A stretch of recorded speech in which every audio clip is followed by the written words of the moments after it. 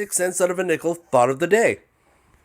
When I was a kid, I got really good grades in school, and so my parents expected me to go the route of the academic. They wanted me to, go to school, get a good job, and stay there for most of my working career, and get a nice house, a new car, all these things, and they considered that to be success.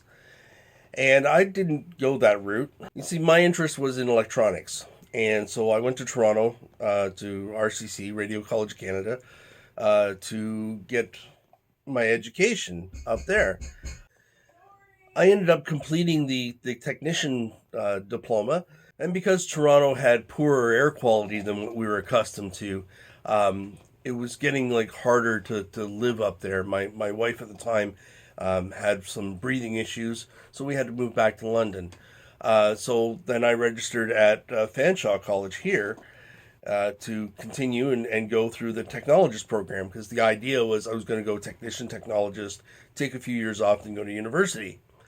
I ran out of money, and I was faced with an option. It was either borrow money to continue my education or drop out and just go make money. I opted to drop out and make money instead of borrowing against my future. I didn't think that was a very wise decision, and in hindsight, it was the right choice. But at the time, it felt like failure, like I didn't succeed at this game of life. I was already behind the eight ball. One of my hobbies carried over from childhood was fishing. We would go fishing, my dad, my uncle, and myself, and we'd never really catch anything. If we caught anything, it would be a surprise. Uh, we weren't very good at it, but the idea was to get out there and enjoy some fresh air and, throw a line in the water, see what happens. Well, somewhere along the line, I don't remember what year, they started requiring fishing licenses to go fishing. And so I had to get a fishing license. Now, I could stop in at, Canadian Tire, be in and out in 10 minutes, but I went into this bait shop because, I planned to get some bait and some supplies at the same time. The proprietor's name was Archie. If I wanted to get my fishing license and gear up for the season, if I went to Canadian Tire again, it would take 10 minutes. But with him, it would take an hour at least, sometimes an hour and a half. You better set aside some time. And I kept going back to him because I respected him. You see, Archie had cerebral palsy. His legs were crooked, and his feet were turned in so bad that he could barely walk. His fingers were crunched in so bad that sometimes, in order to grab a pencil, he would have to use his other hand and cram the pencil into his writing hand in order to write. He could only print in capital letters. He really clearly wasn't very well educated, but here he was. He ran his own fishing and bait and tackle shop. When I first met him, in my arrogance, ignorance, and youthful naivety, I didn't think he was the owner. I thought he was hired help. So I thought it was nice that the owner would actually hire someone like him to do the work of tending his store. And then upon talking to him, I realized he owned the store. I felt terrible at that point because I had misjudged this man. And he looked at me and he said something that I will never forget. He said, I could get a disability pension. I'd be a shoo-in. Like they wouldn't even think twice about it. But I don't want that. I want to work for a living. That made me rethink everything I thought I knew about success. Here I came from a background where you had to get a good job and have nice things in order to succeed.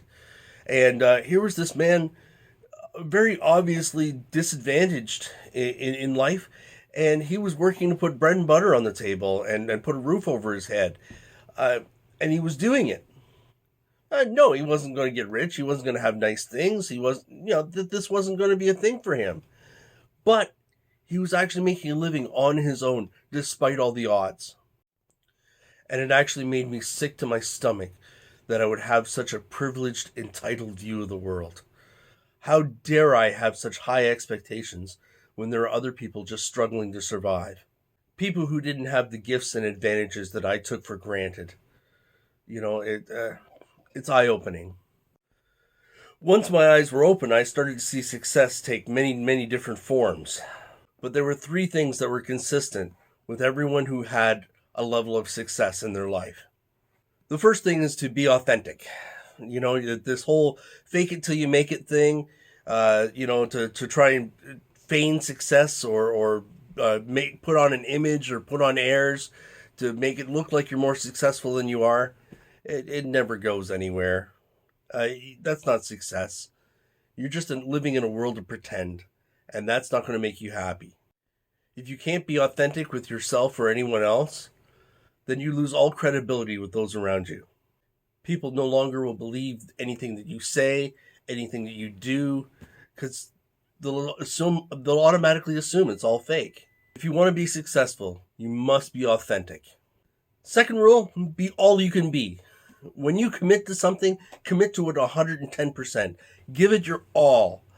Push, push, push until you cannot push anymore. Reach your full potential. Always do the best you can, because no matter how well you do, if you knew you could do more, you'll never feel like a success. And lastly, live in the service of others. That doesn't mean, look after everybody else and don't look after yourself. But think about everything you do as being something to help other people. That's what all the successful people I see have in common. They live to serve people. They live to serve something other than themselves and be a part of something greater than themselves. These are the three traits that I've learned to be common among all successful people, no matter how they define success. Really, that's all there is to it. Be authentic, live to your full potential, do the very best you can, and 3, live in the service of others. Don't live in the service of yourself.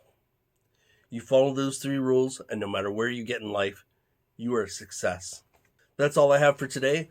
Thanks for watching, and I'll see you tomorrow. If you found this video helpful, please like, share, subscribe, and ring that bell for more content. Thank you very much. Until next time.